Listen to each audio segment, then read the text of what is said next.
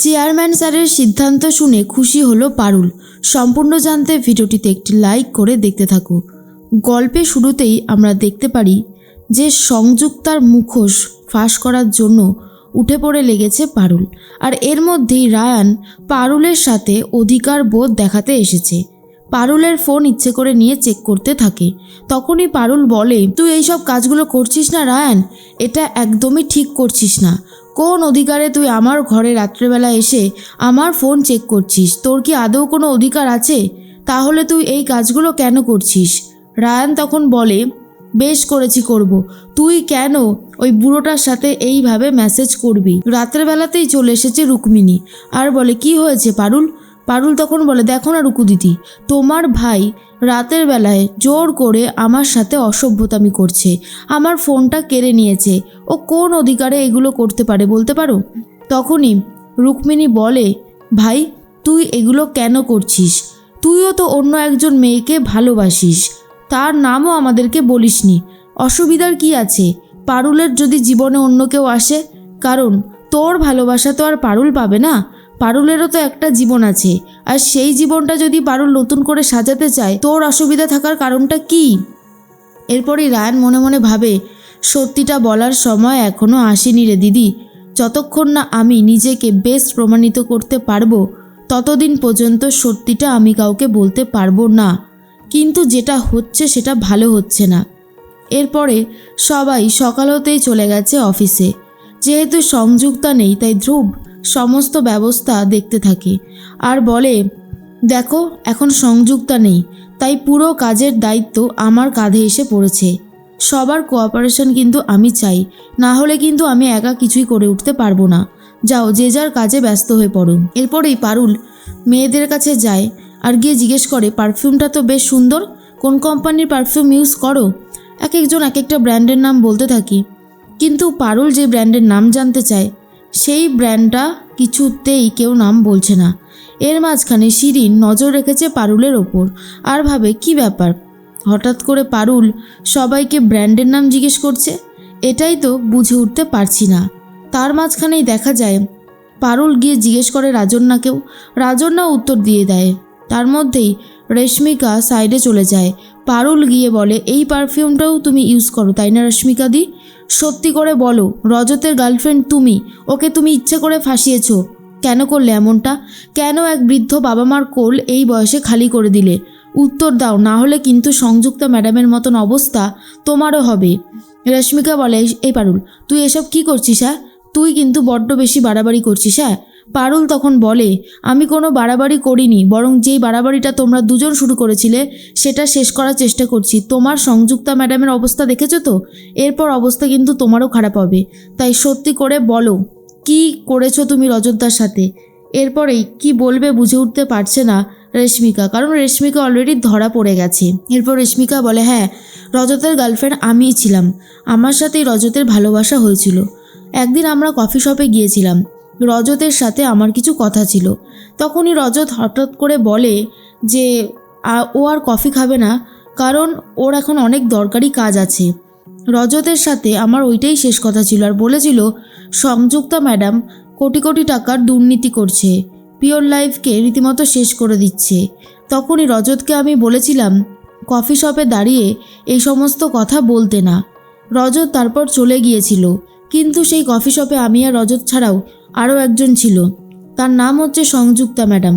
এরপর সংযুক্তা ম্যাডাম ঠিক আমাকে যেটা যেটা বলেছিল আমি ঠিক সেটাই করেছিলাম রে পারুল।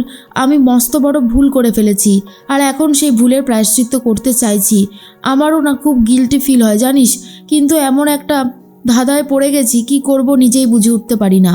পারুল তখন বলে, শোনো, তোমাকে আমি একটা কথা বলছি, তুমি যেই ভুলটা করেছো আদালতে জজ সাহেবের সামনে ভুলটা স্বীকার করতে পারবে তো?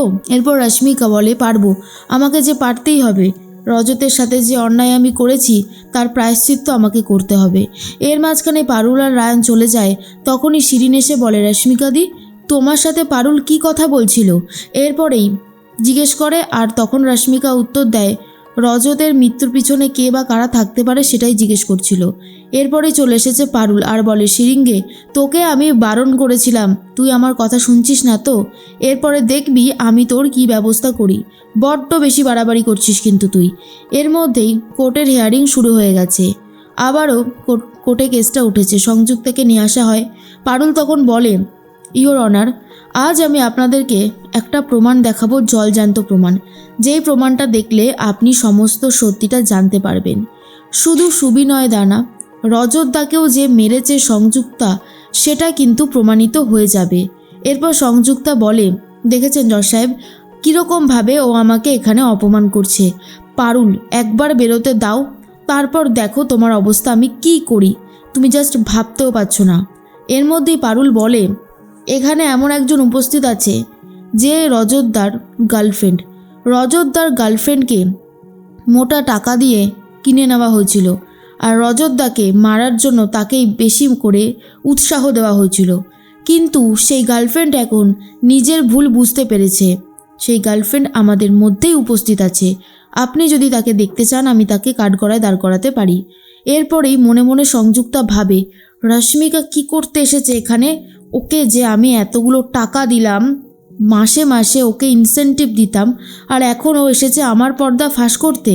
এটা কোনোভাবেই হবে না, কিছুতেই আমি এটা মেনে নিতে পারবো না। এর মাঝখানে ধ্রুব বলে, জানতাম এই পারুল শেষ পর্যন্ত সংযুক্তাকে কোর্টে নিয়ে চলে এসেছে। যখনই আমি পারুলকে দেখেছিলাম তখন থেকেই আমি বুঝে গিয়েছিলাম সংযুক্তার সাথে পারুল ঠিকই পেরে উঠবে, বরং সংযুক্তা পারুলের সাথে পারবে না।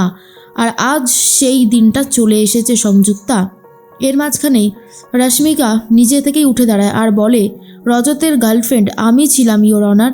তাকে কাঠগড়ায় দাঁড় করানো হয় আর সংযুক্তা দেখার পরে রীতিমতো অবাক হয়ে যায় আর ভাবে শেষ পর্যন্ত রশ্মিকা নিজের মুখ খুলল। তখনই রশ্মিকা স্বীকার করে যে রজতের মৃত্যুর জন্য দায়ী এই রশ্মিকা আর সংযুক্তা। এর মধ্যেই সংযুক্তা বুঝতে পেরে যায় তার দিন শেষ, তাকে আর কোনোভাবেই বাঁচানো যাবে না। এর মধ্যেই রজতের যে মৃত্যুটা ঘটে গিয়েছে সেটা সম্পর্কে রশ্মিকা সবার সামনে স্বীকার করে আর বলে দেয় কিভাবে সে রজতকে মৃত্যুর জন্য চাপ দিয়েছিল। এরপর পারুল বলে, দেখেছেন তো ইওর অনার, এর থেকে বড় প্রমাণ আর কী হতে পারে, যেখানে অপরাধী নিজের মুখে এসে সবটা স্বীকার করেছে। আমার মনে হয় এর থেকে বড় প্রমাণ আর হতে পারে না। তার মধ্যেই সংযুক্তার তো যথার্থ শাস্তি হয়, আর অফিসের চেয়ারম্যান স্যার অনিরুদ্ধকে আবারও ফিরিয়ে আনে আর বলে নতুন সিইও হতে। কিন্তু অনিরুদ্ধ বলে, স্যার আমি তো চাকরি ছেড়ে দিয়েছি। তখন পারুল বলে, স্যার প্লিজ জয়েন হয়ে যান না আবার। এর মধ্যে রায়ান বলে, শেষ পর্যন্ত বুড়োটা আবারও ফিরে এলো আর এমনকি এখন সিইও হয়ে গেল। তারপরে পারুল আর রায়ানকেও ফিরিয়ে আনে আর তারা কোনোভাবেই টার্মিনেট হবে না। আর এটা শোনার পরে সবাই খুশি না হলেও পারুল, রায়ান আর অনিরুদ্ধ খুশি। তখনই চেয়ারম্যান স্যার বলে, এই যে এমপ্লয়িরা নতুন করে ওরা আবার ফিরে এসেছে, ওদের ওয়েলকাম জানাবে না? আর তখন সবাই ভাবে সত্যি পারুলের দম আছে।